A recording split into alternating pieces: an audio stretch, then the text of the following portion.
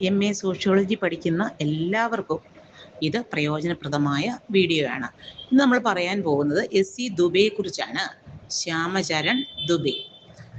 ഇന്ത്യയിൽ ശ്യാമചരൺ ദുബെ ഒരു സാമൂഹ്യ ശാസ്ത്രജ്ഞനായി കണക്കാക്കപ്പെടുന്നു. 1922 ജൂലൈ 25 മധ്യപ്രദേശിലെ നർസിംഗ്പൂരിൽ 73 വയസ്സുള്ളപ്പോൾ SC ദുബെ മധ്യപ്രദേശിലെ 3 നാടോടികളായ കർഷകരിൽ പഠനം ആരംഭിക്കുന്നതിന് മുൻപ് ദുബെ സമ്പാദിക്കുന്നു. ഇന്ത്യൻ ഗ്രാമ സമൂഹത്തോടുള്ള ഘടനാപരമായ പ്രവർത്തനപരമായ സമീപനം ഉപയോഗിച്ചതിലൂടെ അദ്ദേഹം നേട്ടമുണ്ടാക്കി. ഇന്ത്യൻ ഗ്രാമത്തിന്റെ അർത്ഥസ്വയംഭരണ സ്വഭാവം അദ്ദേഹം അംഗീകരിക്കുന്നുണ്ടെങ്കിലും അതിനെ സ്ഥിരവും കാലാതീതവും മാറ്റമില്ലാത്തതുമായി അദ്ദേഹം കരുതുന്നു.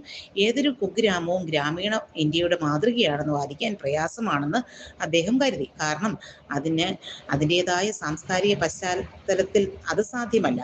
ഷാമർപേട്ട് വില്ലയെക്കുറിച്ചുള്ള അദ്ദേഹത്തിന്റെ ഗവേഷണം കുടുംബതലത്തിൽ സാമൂഹിക, സാമ്പത്തിക, ആചാരപരമായ ഘടനകളെയും ദൈനംദിന ജീവിതത്തെയും വിവരിക്കുന്നു. ഇന്ത്യയിലും അന്തർദേശീയമായും അദ്ദേഹം സർവകലാശാലകളിൽ സാമൂഹിക നരവംശാസ്ത്രത്തിലും സാമൂഹ്യ ശാസ്ത്രത്തിലും പ്രഭാഷണം നടത്തിയിട്ടുണ്ട്. മഹാരാഷ്ട്രയിലെ നാഗ്പൂരിലുള്ള ബിഷെ കോളേജിൽ ലെക്ചററായി അദ്ദേഹം സ്വയം ജോലി ചെയ്യാൻ തുടങ്ങി. പിന്നീട് ലക്നൗ സർവകലാശാലയുടെ പൊളിറ്റിക്സ് സയൻസ് ഡിപ്പാർട്ട്മെന്റിൽ ചേർന്നു. ഈസ്റ്റേൺ ആന്ത്രോപോളജിസ്റ്റ് എന്ന ജേണലിന്റെ പ്രസിദ്ധീകരണത്തിന്റെ പ്രാരംഭഘട്ടത്തിൽ അദ്ദേഹം സഹായിച്ച DN മജുംദാറുമായുള്ള അദ്ദേഹത്തിന്റെ ഇടപെടലുകൾ അവിടെ പഠിപ്പിക്കുമ്പോൾ നരവംശാസ്ത്ര വായനകൾ നടത്തുന്നതിൽ അദ്ദേഹത്തെ കൂടുതൽ സഹായിച്ചു. കമർ എന്ന പുസ്തകവും അദ്ദേഹം ഈ സമയത്താണ് പ്രസിദ്ധീകരിച്ചത്. പ്രധാനമായും ലക്നൗ സ്വദേശിയായ SC ദ്യൂബ് ഇന്ത്യയുടെ മാറിക്കൊണ്ടിരിക്കുന്ന ഗ്രാമങ്ങളെക്കുറിച്ചുള്ള അദ്ദേഹത്തിന്റെ അന്വേഷണത്തിൽ നിർണായകമായിരുന്നു. The study of complex culture 1965 explanation and management of changes 1971 contemporary Indian and its modernisation 1974 തുടങ്ങിയ അദ്ദേഹത്തിന്റെ പിൽക്കാല രചനകൾ.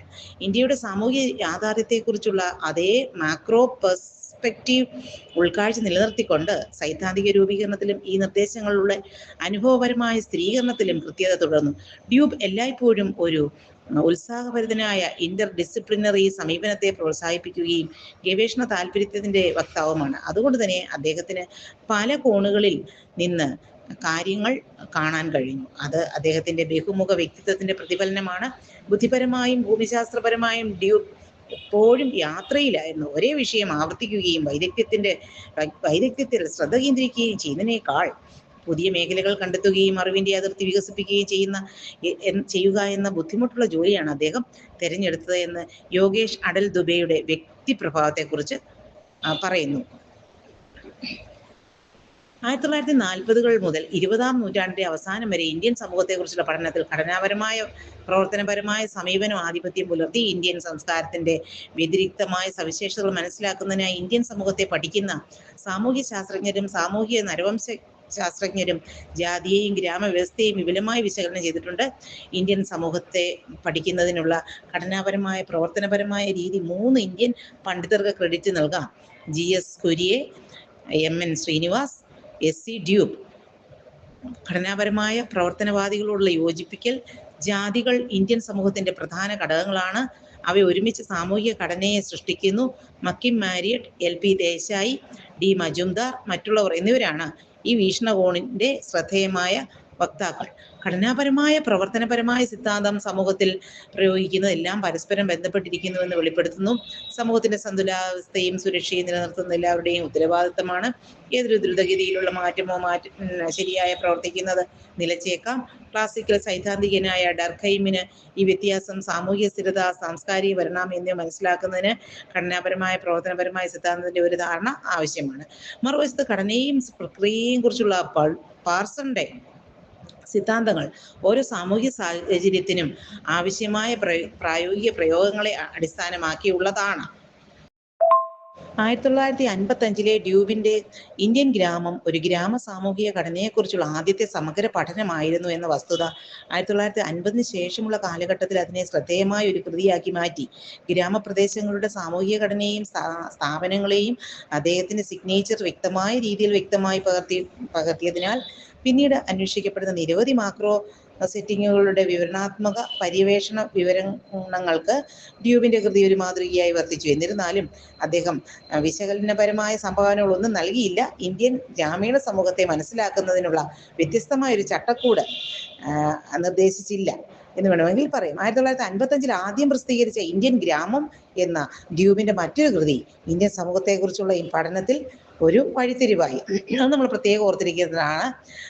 ആദ്യം പ്രസിദ്ധീകരിച്ച ഇന്ത്യൻ ഗ്രാമം എന്ന ഡ്യൂബിന്റെ കൃതി. ഈ കൃതിയിൽ ഘടനാപരമായ പ്രവർത്തനപരമായ ഒരു ലെൻസ് ഉപയോഗിച്ചുകൊണ്ട് അദ്ദേഹം ഇന്ത്യൻ സമൂഹത്തെക്കുറിച്ചുള്ള നമ്മുടെ അറിവിൽ ഒരു പ്രധാന കൂട്ടിച്ചേർക്കൽ നടത്തി.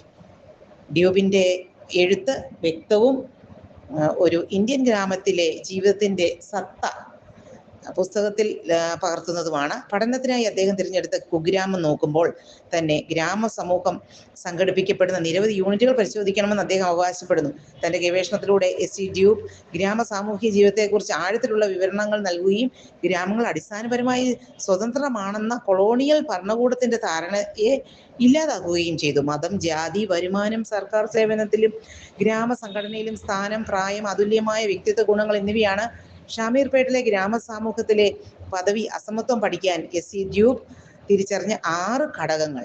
മെച്ചപ്പെട്ട ആചാരപരമായ പദവി നേടാൻ ശ്രമിക്കുന്നത് ബുദ്ധിമുട്ടായിരുന്നു. പ്രാദേശിക രാഷ്ട്രീയ സംവിധാനവുമായി ഇത് ചർച്ച ചെയ്യേണ്ടി വന്നു. താഴ്ന്ന ജാതികളുടെ ജാതി പഞ്ചായത്തുകൾ അവരുടെ തൊഴിൽ ഉറപ്പാക്കുന്നതിനും ഭൂമിയുടെ ഉടമസ്ഥതയിലുള്ള പ്രബല ജാതികളുമായി അവരുടെ വിലപേശൽ സ്ഥാനം ശക്തിപ്പെടുത്തുന്നതിനും യൂണിയനുകളായി എങ്ങനെ പ്രവർത്തിച്ചുവെന്ന് ഡ്യൂബ് ഊന്നി പറയുന്നു. ഓക്കെ, ഇത്രയും കാര്യങ്ങളാണ് നമ്മൾ ഡ്യൂബിനെ കുറിച്ച് പഠിക്കാനുള്ളത്. ഒരു ചെറിയൊരു പോയിന്റ് കൂടെ പറഞ്ഞു നിർത്താം. ശ്രീനിവാസിനെ സംബന്ധിച്ചിടത്തോളം ഒരു സ്ത്രീയുടെ സാമൂഹിക അന്തരീക്ഷം അവളുടെ വീടും അവളുടെ ബന്ധുത്വ ഗ്രൂപ്പുമായിരുന്നു. എന്നാൽ ഒരു പുരുഷൻ കൂടുതൽ വൈവിധ്യമാർന്ന ഒരു സമൂഹത്തിലായിരുന്നു